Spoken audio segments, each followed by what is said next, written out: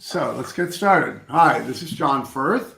You're here joining me for the last installment of the Winter Spring series of Firth and Friends. And I'm thrilled to be here with my friend Alan Byrne and my new friend JoAnn Thomas. Both of them are seasoned HR experts, and who better to opine on ageism in the workplace but these two experts.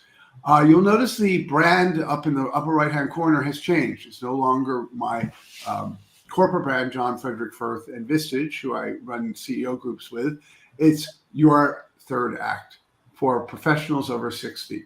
And this is, of course, an initiative that I'm spearheading. Alan's involved with it, and JoAnn hopefully will start getting involved. We put together groups of professionals who are over 60 trying to figure it out. Those of us who don't want to retire, who can't retire for whatever reason, but are faced with ageism in the workplace. And that's what today's topic is. So I'd like to kick it off and ask Alan to tell us who has been a head of HR, usually for private equity-owned firms. And he will tell us a little bit about his experience with it, because he confronted ageism just during COVID, really, in a much stronger way. I always felt that it was going to come. I don't know why, but since my 20s, that's why I chose to be a consultant, because I thought that's a good career for the time when I'm no longer going to be viable as a corporate employee. And that's kind of what happened. But Alan, it sort of crept up on you unexpectedly, right? Yeah, so I've been, hi, John and JoAnn, but I'm Alan Byrne. I'm a human resources consultant now. I've been in HR about 35 years and, worked my way up from, wherever I started many years ago. And I didn't realize as I was graduating through the role that everything was great and everything was fine. But once COVID hit and different things like that happened, suddenly I was out of work and I couldn't really look for a job. But there, I had to sit at home and wait till this world started to open up again. And then when it did, I started to make phone calls. I have an enormous amount of contacts. I have a large LinkedIn database. And as I was making contacts and people were getting me time to talk with recruiters, suddenly I was faced now with the 30-minute interview over Google or Zoom. And that person would be like, okay, we've got 30 minutes from time now. And they start asking me questions. And suddenly I was hearing comments like, so do you think you could still do that now? Do you think you could still keep up now? And I kept thinking, keep up. Okay. I'm thinking, but then at the same time, I was looking back at that person going, please tell me I won't be working for you because you're about 25 years old. Right. And that's just not something that I want to do. And in the end, what happened was I discovered that consulting was the best way for me to go. Mm-hmm. That people were much more interested in me bringing in my private equity background and working with groups of people and helping to put HR departments together. And that's where my professional maturity came into play. And one of the biggest things that I found for myself is that I could teach HR people of today's times, young, that it was okay to have a sense of humor in the workplace. Excellent. Yeah. The sense of humor with COVID had kind of been blown up and people were nervous. So that's kind of, for me, how I've gotten to where I am today. Yeah, and I think that's, I wouldn't say a prototypical, everybody's story is different. But yeah, I think the way out of corporate and if you want to avoid the green pasture is through consulting arrangements. But JoAnn, you're doing the opposite. You're actually still trying to get a job, or maybe that interest is waning, as you just said to me before we started. Tell us a little bit about when you're actively trying to become an employee again over 60. So I have spent most of my career in HR. Mm-hmm. And kind of like Alan, started at the bottom and worked my way up to being the VP of HR. I also was let go during the COVID years, and have been doing some consulting But at the same time, kind of realized that consulting also is a sales job. And I did residential real estate sales for about 11 years, and just kind of reminds me of that. And I thought, I really would prefer to focus on my craft of being a HR professional and not have to be looking for new clients all the time. And most recently, I'm working with Lehigh Harrison as a career transition coach.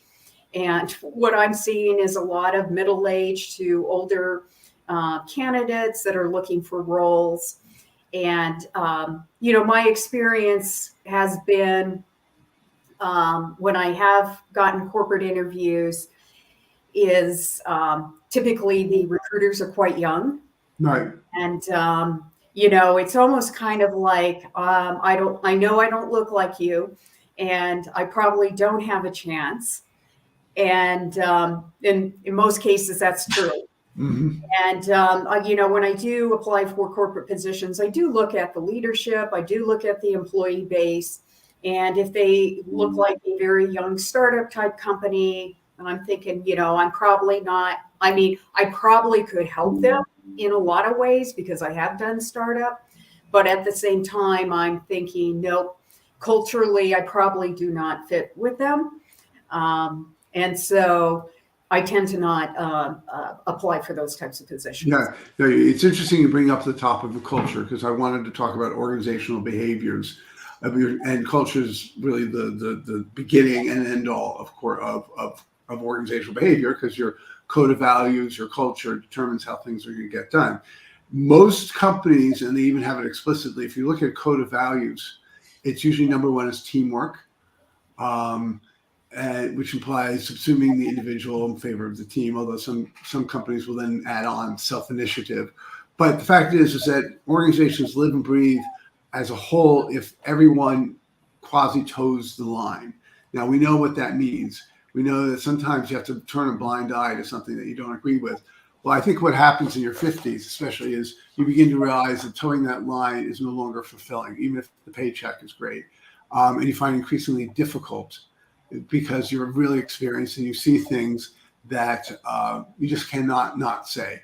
And not saying that's a bad or good thing, but in my experience as a consultant, both internally and externally, you hire people who are experienced because they've got credibility, but they don't necessarily fit to the organization. So you hire them as change agents, and it's much better to be external to the organization coming inside than to be stuck internally trying to make change happen or trying to improve a system, because at some point the woodwork consumes you. It's like this creeping, crawling mass that suddenly envelops you, and then you disappear, and then you're no longer effective. But Alan, tell us a little bit about that, because you've worked with consultants who have come in. You yourself have gone in as a change agent. Yeah, I've normally, what I'm known for is to go in and kind of reshape, rebuild an HR organization that's gotten themselves into trouble, and the company's been acquired, and so there's so much change going on, and in today's times now, they're looking at the hiring numbers, and they're starting to see that they can't afford the workforce that they've currently got in play. So now you've got the younger groups in the Googles, the Metas, that are now losing their positions, and they're out in the market. Right. And so you see a lot of that advertising kind of all over the place. And what I do is I go in and I work, just have them see some of the simplicity of the day-to-day of what their job is. And in human resources, a long time ago, somebody said, your only job is to service your client and to take care of your client. That piece of paper may lay there all day. It'll eventually move.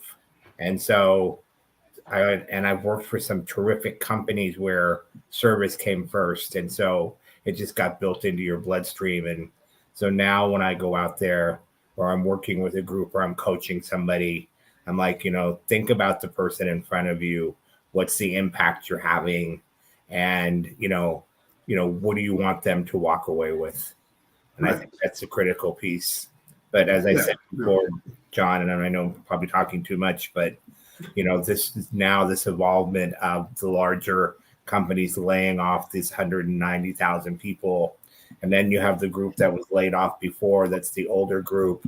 And all this culmination coming together. I don't know that anybody has a right answer to it, but I think the fact that we are talking about it and that we're bringing it out in the forefront will shake something up, because we're not the only ones talking about it.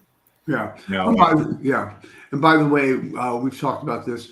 Ageism affects everyone. It's the only form of discrimination that every single person falls prey to, either because you're too young. And by the way, I think ageism almost is more of a problem internally than externally. We tend to be very sensitive human beings to these things, when maybe it's not ageism, it's something else that's inevitable. That's one of the things I'm trying to understand. I think it's inevitable that, given our, in my case at least, gray hairs, that you have a certain standing and credibility that CEOs want to use to make change happen. So is it really ageism, or is it something else, life cycles? But everybody, whether you're a straight white man or a lesbian black woman or Chinese or whatever, everybody is affected in some way. There's somebody saying, oh, you're too young, oh, you're too old. And some people are saying, oh, you're right. I remember exactly the point when I knew I was right at the right age for a whole bunch of roles. It was about 37, 38, and that lasted for about 10 years. And I felt like I could walk into any situation, I'd be taken seriously. But JoAnn, tell us a little bit about your experience. Experience in what way? Experience in terms of, as an HR professional, let's say that, when you were sitting there and you were part of the team that had to evaluate an organization, who was going to get hired, who's not. Give us a little of the inside view of ageism from a corporate's point of view. And is it really happening in corporate? Or I might be not the norm, because I remember when I was in my 20s and I was, a young recruiter, and we were hiring for kind of manufacturing positions. And I ended up hiring this older gentleman who was a former postal worker. And when I went to file his resume in, the file that we kept all the resumes, I found his resume again. I pulled it out, and my probably 40-year-old manager wrote "too old" on the resume. Oh, and I kind of laughed to myself, and I thought, oops, well, I hired him, and he turned out to be a good employee. And I did at some point ask my manager, I don't know if I admitted this particular situation, and it was the director from the CFO saying he didn't want to hire older workers. And in hindsight, I think these were 40-year-old people. Huh. And why do you think that was? What do you think was going on inside their heads? Was it because I can't mold them and they're too expensive, or they're too expensive, or he was threatened somehow? Oh, I think probably back then it might have been they might impact our benefits. They might use our benefits more versus younger people. Mm-hmm. In hindsight, I'm kind of curious where he ended up. Did he ever face? And he was actually somebody at 40 who looked older. He had the gray hair, he had receding hairline, he wasn't the picture of health.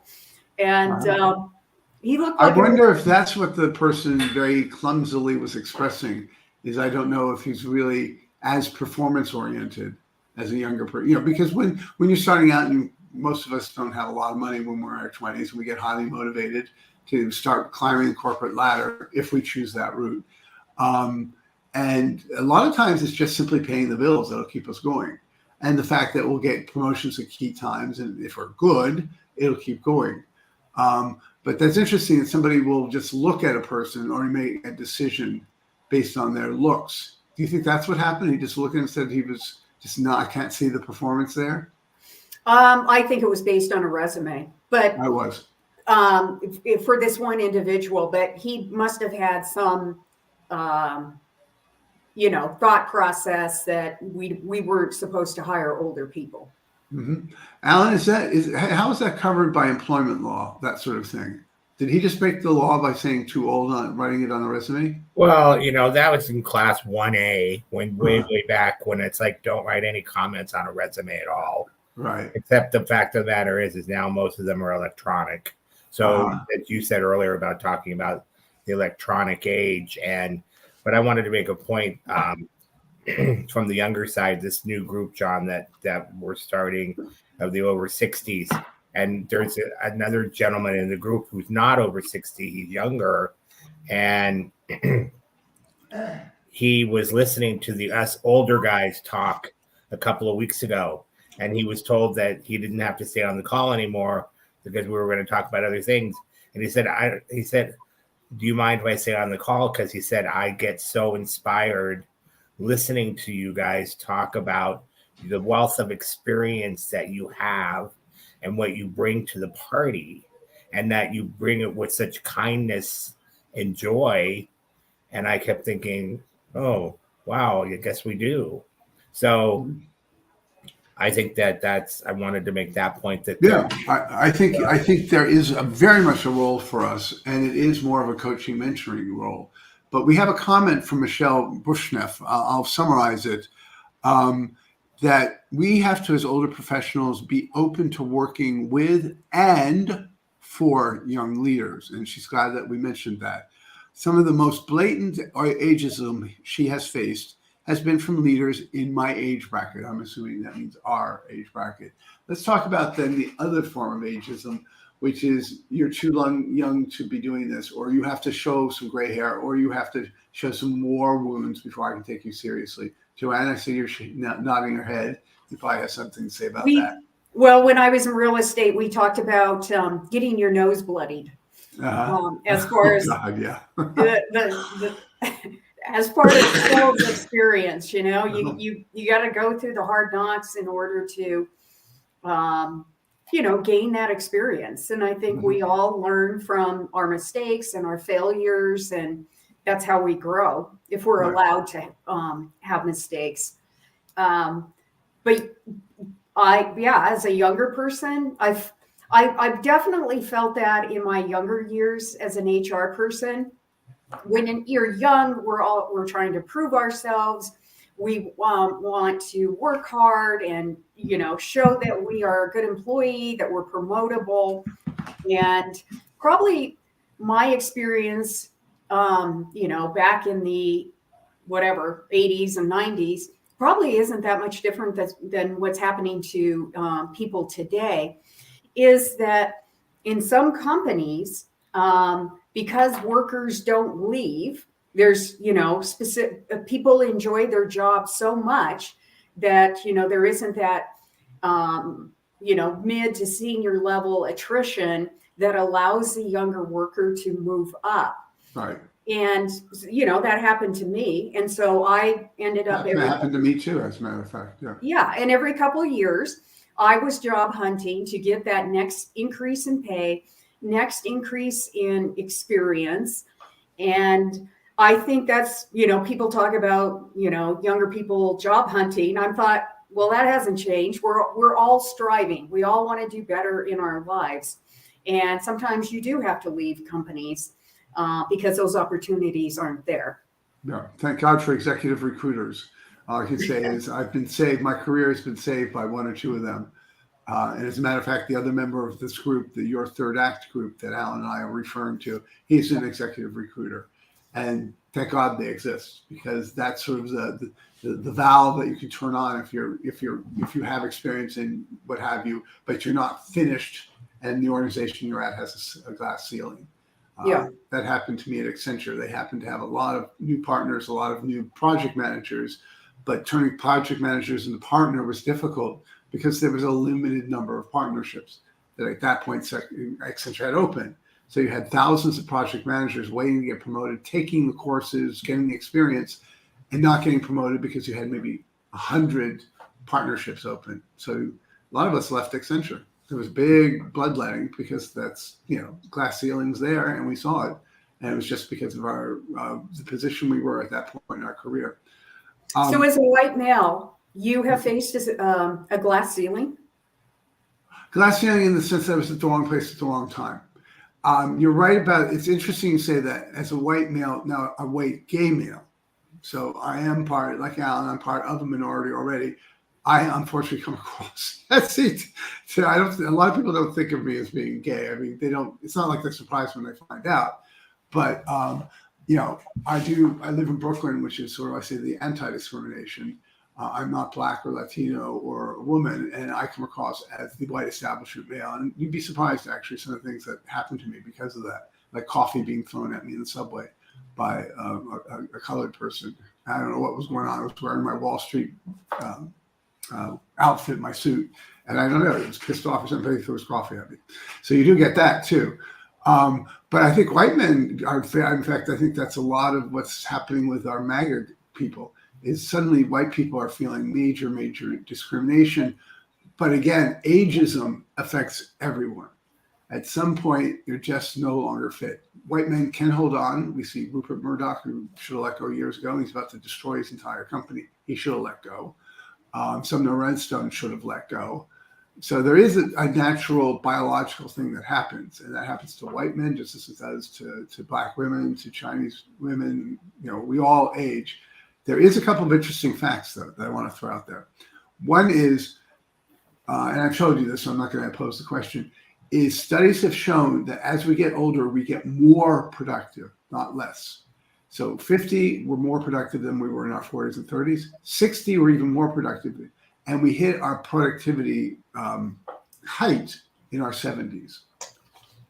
And people don't really realize that. And I know for myself, part of the reason why is I have more energy because I don't really give a damn anymore about having to worry. I've worried so much during my corporate world. And when you're not worrying and you're just out there doing your thing and getting paid for it, suddenly all that energy you expelled is no longer necessary. I think that's one reason. But Alan and JoAnn, I'd like to ask you guys, how are you seeing your productivity change as we get older? Would you agree with this statement? First off, I'd like to thank you for outing me after 25 years. It's been so long since I've heard this. It's like I had to remind myself that I was gay. I went, oh, yeah. Right. Yeah. So, the world has changed very positively for us, yes. So anyways, but no, I think that productivity is higher in the older person because they're just thrilled to be working and they're thrilled to be back in the mix of people and they get involved and they're like doing different projects and get, learning different things. I think older people today are more interested in the new technologies and that they want to learn more. I drive people crazy. I'm like, what are you doing? How are you doing that? Show me, and so, yeah, I mean, that's what I think. So, JoAnn, I don't know about yourself. What's your thoughts? Yeah, what's your experience been? Well, I also have a statistic too that I was just reading today that there is scientific evidence that our mental horsepower declines after age 30, okay. But knowledge and expertise, the main predictors of job performance, continues beyond the age of 80. Yes. And when it comes to learning, there is no age limit.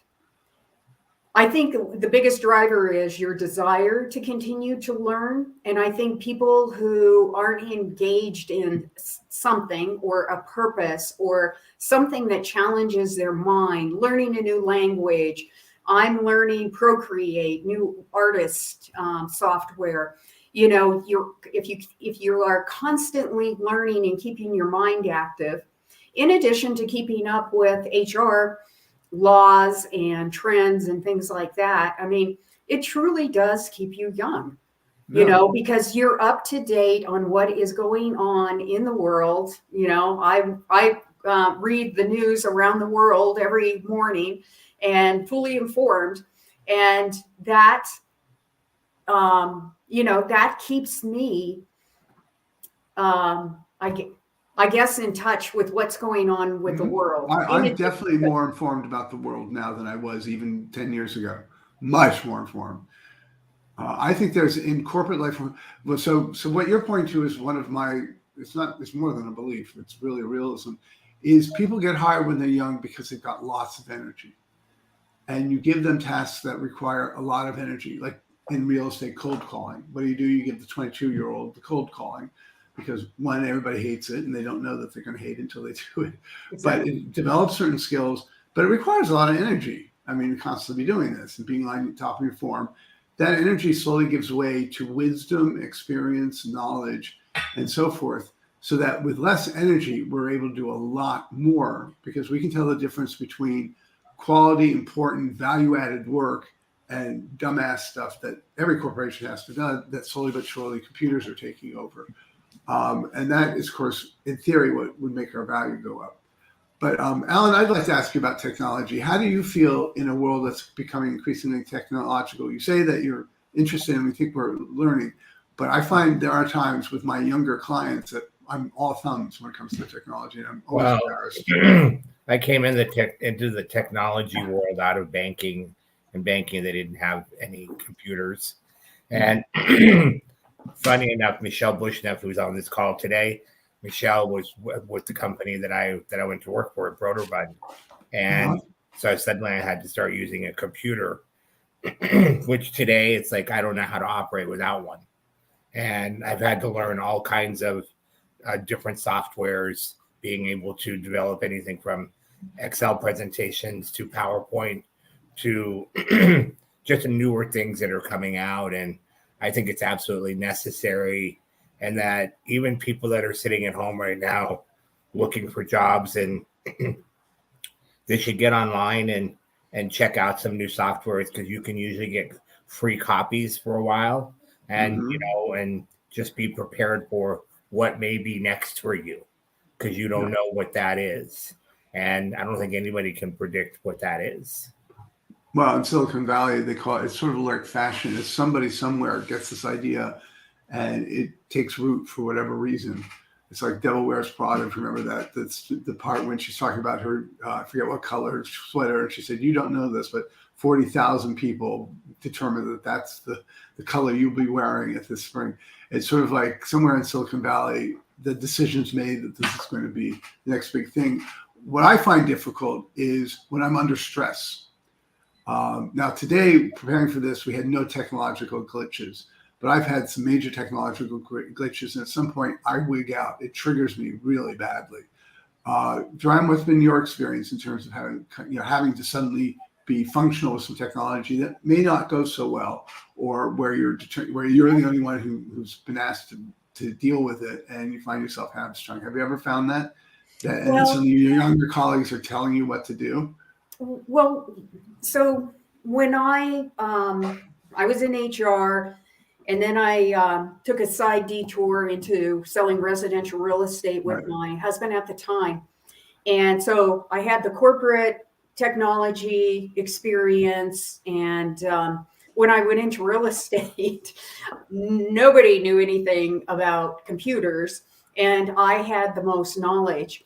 And I would say during that 11 years that I was selling real estate, my technology skills went down the drain.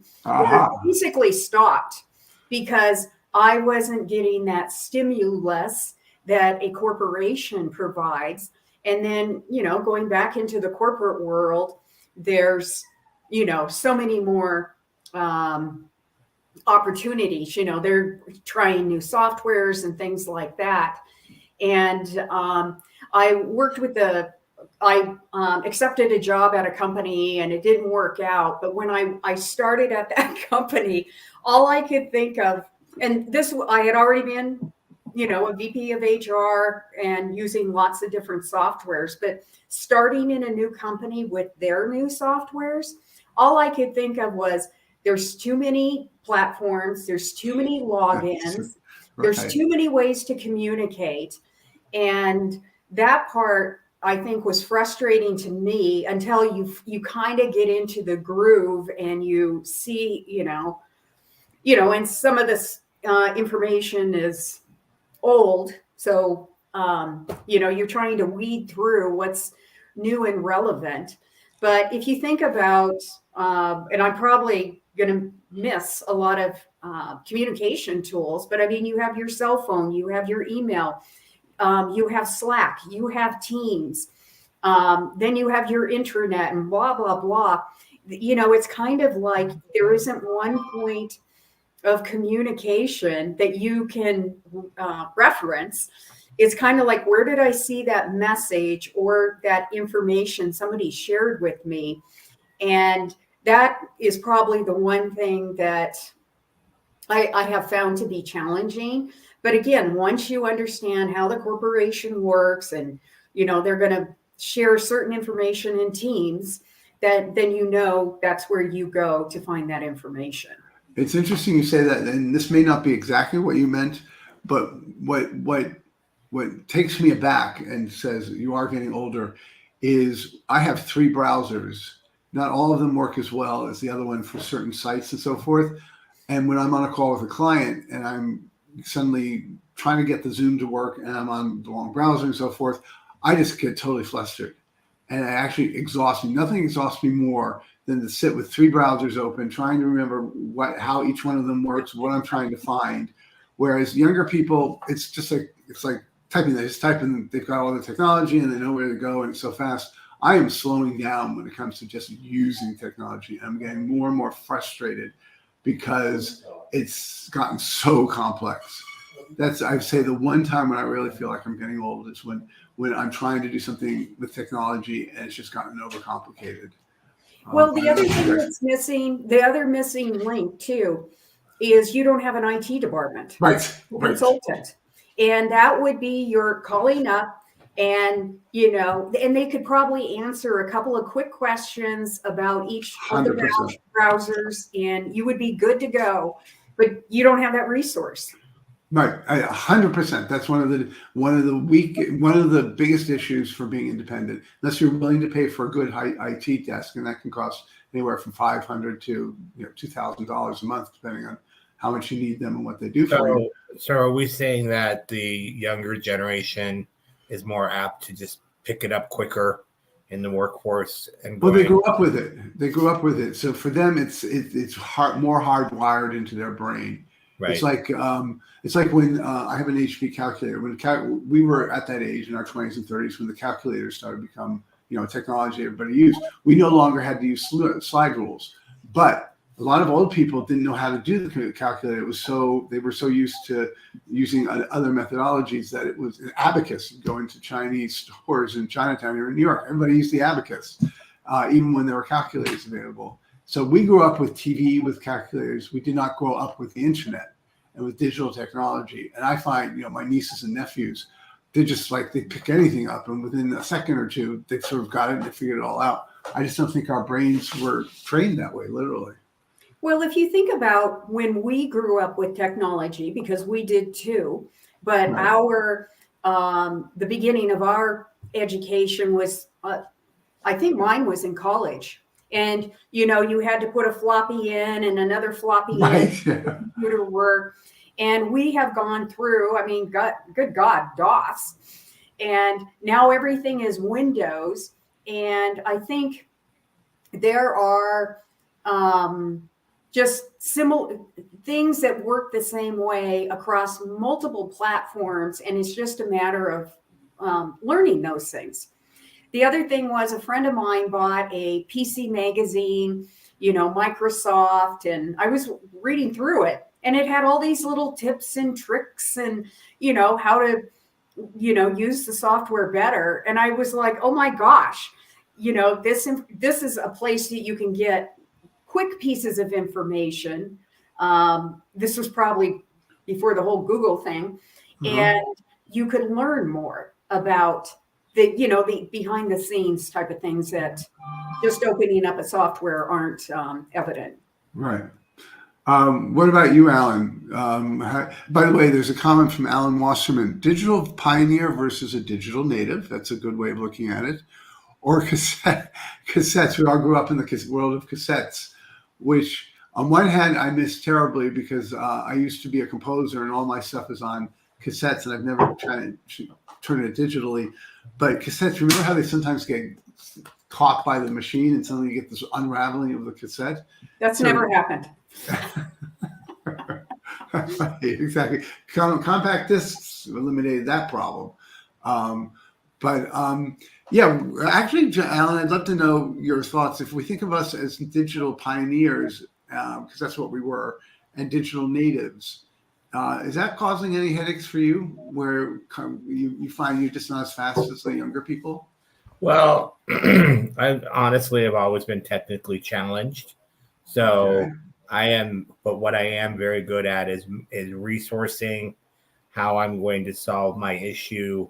And so I'm able to find people, or I have an individual, since I work out of my house, that I call him, and he can get online and he can take me through.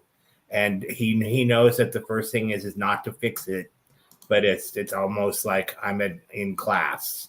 So I want you to show me. I want to see what you're doing, and then I want to do it, so that I don't have to call you as much. Right. Yeah. No. And honestly, you're pointing to, I think, the number one issue, which is how do we add value at different stages in our life? I doubt anybody's going to hire us because we're technologically savvy. They're going to hire us because what's up here, which I've been fascinated. I've been doing a lot of YouTube. It's my favorite place to go now because of all the videos that got about this. And it is a fact that our brains are incredibly, it's not very well understood. But the fact is, I can talk better, I can think better, I can communicate much better than when I was in my 20s and 30s because I know a lot more. I can read people better. I have much better empathy. I've got the war wounds. And I love helping young people think through that and learn it. But that doesn't require technology. If anybody thinks that technology, I'll give you one example really quickly. There's a debate on a YouTube video about what is consciousness? And consciousness, as we understand it, is a subjective experience of the world. And that's a pretty unique thing, at least in this country, in this planet, and probably the universe, is that we have this ability to take things subjective and know that we are who we are. But it's all biologically based. It's all organic. Kurzweil, the guy who started speech recognition, says he believes in 10 years' time, they're actually going to be able to go beyond biological consciousness and that machines will have consciousness. Now, I find that really hard to believe. But quite honestly, what we're adding is not technology because the technology has its limits. We have that inexplicable understanding that only a human brain, when it's really well trained and experienced, can bring to the table. I don't know if you would agree or not. Yeah, I mean, I definitely would agree. I mean, I think that there's many people out there that probably have different opinions, and of course, love to hear them. But I don't know, JoAnn, what do you think? I think I'm in agreement too. Mm-hmm. Yeah. So for me, it's like I have never been hired for a job where somebody sat me down and tested my technology skills, because that's not why I'm there. They've brought me in because there's more of the people talent that I have with people, and that's what they want me for. And so, so therefore I kind of feel like, yeah, I can contribute to the conversation here, but it's really like, if you want to align a team, if you want to, get people working together more effectively, if you want to build productive, then I'm your guy. And there's all kinds of technology, but I'm hiring the people that are coming in to do those things and getting them to work. Right. And having them show me what they're doing. I did my last LinkedIn Live last week was about the concept of agile software development, and how you apply that to organizations. And he says very pointedly, technology is just a tool. It doesn't live beyond just being a tool. It is a facilitator of a tool. And and for young people, sometimes it overwhelms them and they think it's all about the tool. It is just a tool. What you really need are the brains behind it to know not only how you use the tool, but what is it you're trying to achieve. And I think a lot of young people get lost in that. We have one final comment, and I think we'll say goodbye. A LinkedIn user says, people and technology aren't mutually exclusive skills, though. I agree. It also depends on the role. If you're going to go into the IT department of a company, you better damn well know your technology. HR is probably on the other extreme, where it is, if you don't have empathy, you don't understand human beings, you don't understand the quirks of being human, you can be technologically challenged, and you'll still be highly effective.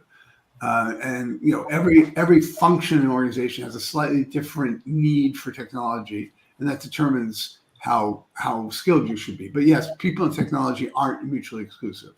Certainly not in the corporate world. My stint at that one company, they had such a laborious process because they didn't have the right software. They basically had a very low level payroll system, and having experienced the benefits of a really good HRIS system, it was so frustrating because there were so many things that were manual that didn't have to happen. Yep. And duplication of work. And, I'm actually an advocate for technology, and it needs to be good technology, well researched, because I think that's part of the problem. We buy things that we don't fully understand their capabilities. Right. And then only after that's been installed, we find their shortcomings. Right, exactly. But technology, can streamline HR processes. And, not that I'm ever trying to eliminate a job position, but, eliminate busy work that doesn't need to happen. And then maybe that person, or there is a person in your department that can then focus on cultural add type of activities that would benefit the company more than just pushing paper. Yeah, I agree. And our LinkedIn user makes another comment that he or she would propose that HR has a lot of tech tools and IT has a lot of people communication requirements. So that distinction I made isn't trying to. In fact, the biggest issue people have with IT departments is their inability to communicate properly with people who don't live in their world, to translate technical terms into things that people, that's been a big thing of mine with my clients, is sometimes they have technical people who can't express it in a way that everybody else can understand. But likewise, I think HR, there's a lot of tech in HR that, and that because you were head of operations, that without that, HR would not be so effective. Exactly. And it's supposed to happen. Great. Well, thank you, guys. There's still lots of stuff we could talk about. We didn't even talk about government and certain employment. We touched on it. But this has been fascinating. Again, I've started this group. Alan is one of the founding members, called Your Third Act. Please feel free to get in touch with me. Many of you will start hearing from me about getting to explore this. It is not exclusively for people over 60, although people who are over 60 and dealing with what we've talked about will find a home there. And it's a group for support, for networking, for ideas, and just to let your hair down, talk to people who are going through the same things. Yeah. And John, people's emails for JoAnn and myself are there too. Yes. They want to connect up with us or on our LinkedIn, and more than happy to talk with anybody. And I thank some of my old friends from the past of joining today. Which is awesome. I think, Alan, you've got a huge following. From what smile in my heart, that's for sure. Yeah, you have a great following. Every time we do a LinkedIn, there's all these people I don't know, and they're all friends of yours. So that's also a good thing, is we've built our networks. Don't forget, older people come with big networks that can be invaluable to an organization or to a client. So thank you, JoAnn. Thank you, Alan. Thank you, John. We'll pick up this topic again, and I'll see you later today for our group, Alan. Okay. Thanks for joining. Right, bye-bye. See you later. Bye. Bye.